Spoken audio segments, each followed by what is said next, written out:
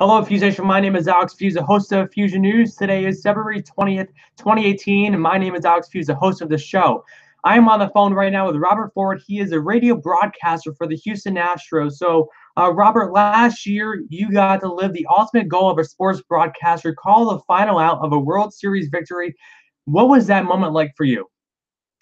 I mean, it's what you always dream of. It's I would never undersell it because it's when the season starts and when you get to spring training, that's what you're thinking about is what are the team's chances of getting to the World Series and winning the World Series, and to actually be a part of a team that was able to do what the Astros did obviously was really special. And the fact that it was the first time I'd ever been a part of a team that had done this, and also the first time the Astros had ever won a championship, just made it that much more special.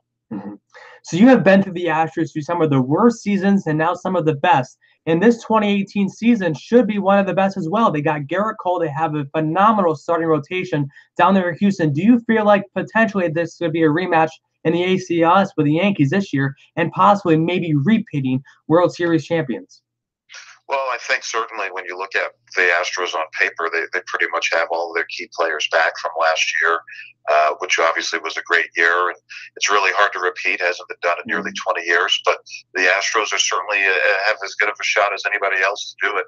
And when you look at, you mentioned the Yankees and the Dodgers, the Astros opponents in the ALCS and the World Series, both of those teams are very good. The Yankees certainly got better this offseason. So it should be a lot of fun. So a lot of the teams that were in the playoffs last year got better this offseason. Look at the Red Sox. They just signed JD Martinez, finally. And the Yankees have Giancarlo Stanton and Aaron Boone as their new manager. So how do you feel like that will affect the Astros? And what were your thoughts? I'm asking you way too many questions now. I'm getting too excited about this upcoming baseball season. But first, before we go into that question, what was your reaction when the Yankees got Giancarlo Stanton? I mean, hey, good for them. I mean, they were able to add one of the best players in the game. He hit 59 home runs last year. Really good outfielder, and can do, is a pretty good hitter as well, in addition to a guy who can hit from power. So, I mean, they certainly got better. But that's what teams are going to do, especially when you're like the Yankees and you fall short, come within a game of going to the World Series. But they've done a really nice job of building that team, basically rebuilding on the fly, and still able to be competitive. And if you were the manager of the Houston Astros, what would you change this upcoming season? I mean, not a whole lot. I mean, honestly, like I said, pretty much all the key players are back.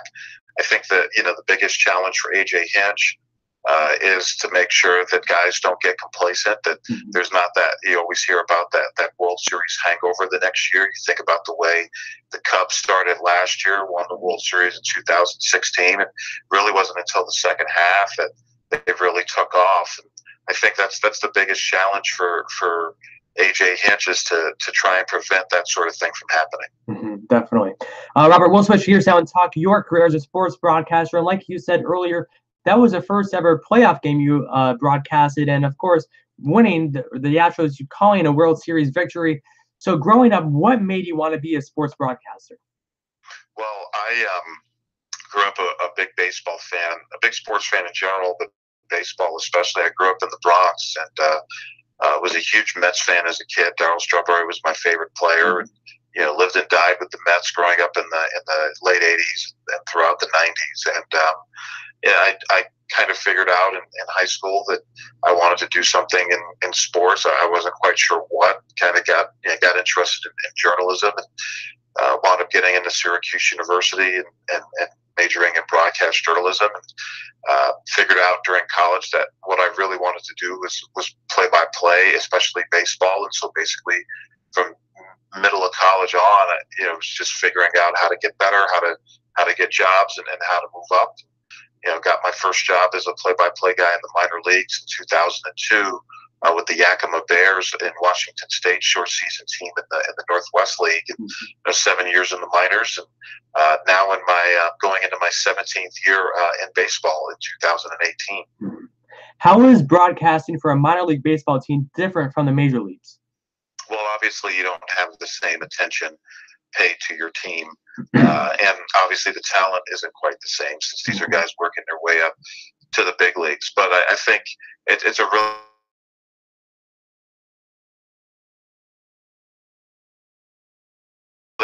often you're working by yourself.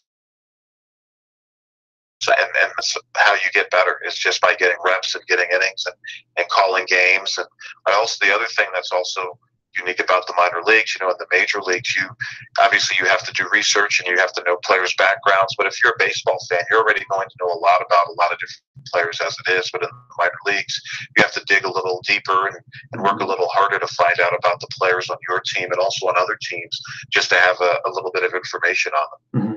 I talked to a radio broadcaster from the Paw Sox last year, and he always said he would study the baseball rule book every single morning when he was drinking his cup of coffee. How often have you read the baseball rule book?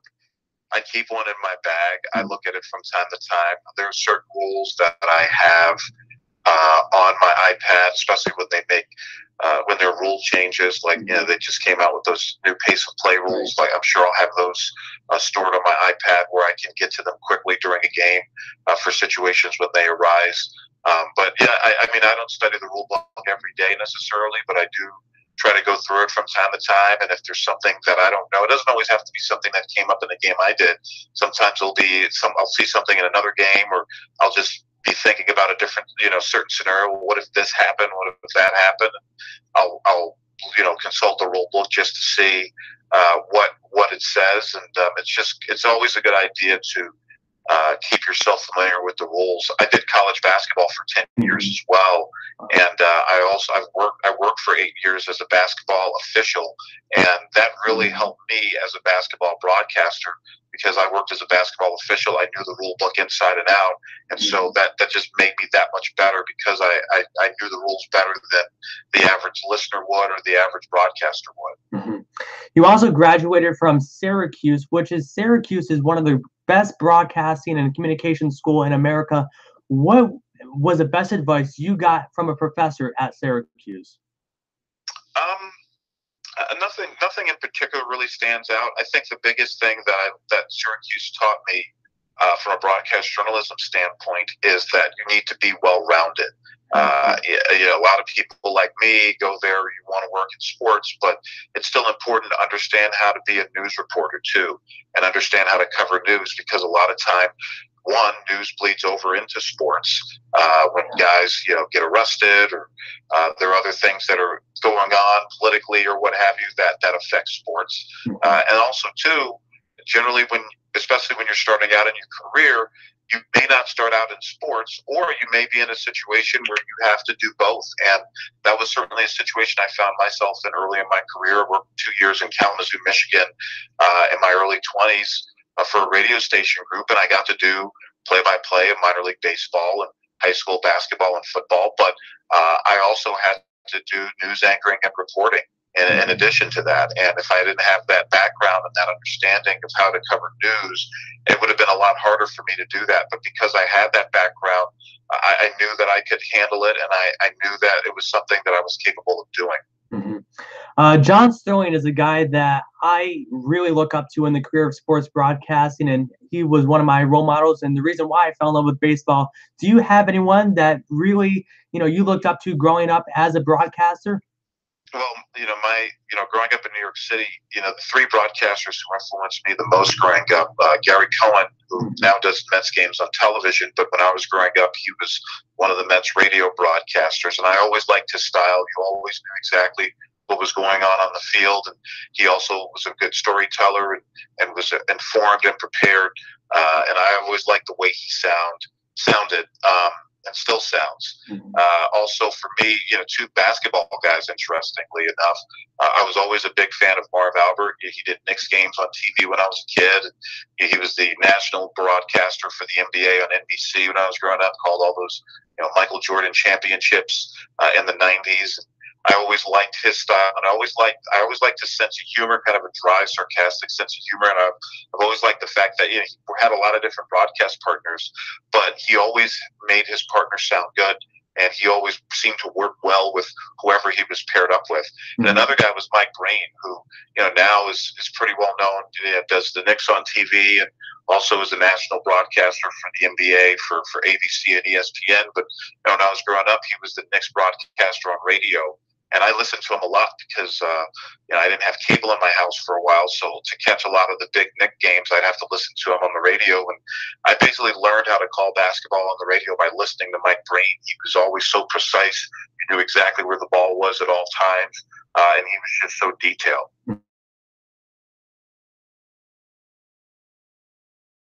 And that's where they get their catchphrases. Where do you get yours? My calls generally come from reacting to what I see. I try not to think too much in terms of what I'm going to say or how I'm going to say it. I try to just react more to what I see. I feel like that's when I sound my best, is when I'm being spontaneous and when I'm simply just in the moment. So I don't necessarily script anything out. I just kind of go with the flow and just see what's in front of me. Spring training's right around the corner. Are you getting your voice ready to call some more baseball games? Yeah, looking forward to it. I'm heading down tomorrow to West Palm Beach to get ready. The Astros' first spring training game and our first spring training broadcast is on Friday against the Washington Nationals. So looking forward to getting back to work. Definitely. Well, it is going to be 75 degrees in upstate New York tomorrow, so maybe I'm basically going to Florida tomorrow. But I am going down to Florida for a few spring training games in about a week, so I'm looking forward to it. Well, it's a great place to be. Great time of year to be a baseball fan. And spring training, anybody who's in the baseball definitely should make a trip. Well, thank you again, Robert, for coming on my show today. And where can the Fuse Nation follow along with you on Twitter and throughout the whole long baseball season? All right, thanks for having me. I greatly appreciate it. You too. All right, Fuse Nation, just heard it from Robert Ford, the Houston Nationals radio broadcaster. We talked his career, the upcoming baseball season, what his thoughts were when the Yankees got Giancarlo Stanton. I know that's one of my favorite questions to ask reporters. Also, how he got his craft as a sports broadcaster. That's what interests me most for someone that really wants to call baseball games as their career. All right, Fuse Nation, thanks again for watching. Be a subscriber of Fusion News. Hit the like button, hit the subscribe button, the follow button all over my social media pages. All right, Fuse Nation, thanks again for watching, and I will be seeing you very soon. Thanks for watching.